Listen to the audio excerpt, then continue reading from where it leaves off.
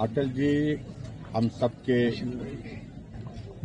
बहुत प्रिय रहे हैं और हिमाचल के लिए जिस प्रकार से उनका स्नेह, उनका आशीर्वाद रहा, प्रधानमंत्री रहते हुए भी और प्रधानमंत्री नहीं रहे तो भी हिमाचल के प्रति, हिमाचल के लोगों के प्रति उनका बहुत अपार स्नेह था।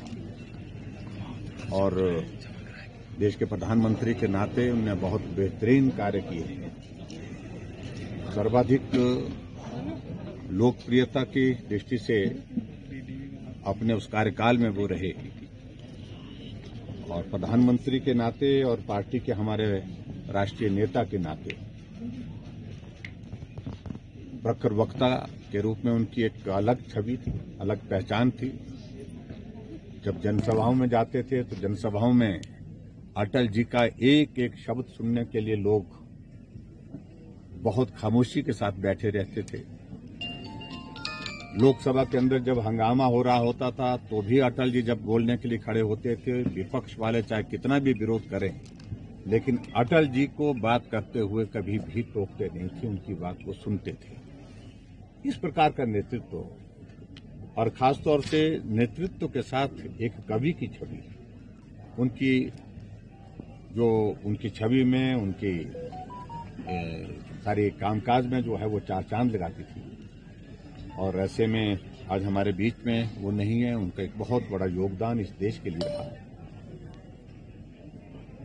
पोखरण में परमाणु बम का विस्फोट करके अमेरिका को चौंका दिया और उसके साथ साथ में उनने जब कारगिल का युद्ध हुआ तो अमेरिका प्रयास करता रहा कि पाकिस्तान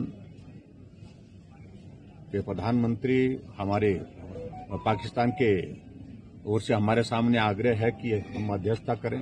हमने दो टूक शब्दों में कहा कि मध्यस्थता का सवाल ही पैदा नहीं होता, हमें कतई भी स्वीकार नहीं है जब तक हम कारगिल की धरती, जो भारत की धरती है, उस धरती से एक एक पाकिस्तानी घुसपैठिए को मार करके नहीं गिराएं, भगाएं नहीं, तब तक के लिए कोई बात करने का सवाल ही पैदा नहीं होता। इस प्रकार से वो सौम्य थे और संस्कारी थे और कभी भी वो इस भाव के साथ, बदले के भाव के साथ काम करने की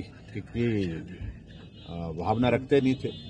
लेकिन उसके बावजूद जब भारत के ऊपर इस प्रकार का कारगिल जैसा युद्ध जो है वो सामने आया पाकिस्तान की ओर, तो उसको मुंह तोड़ जवाब दिया।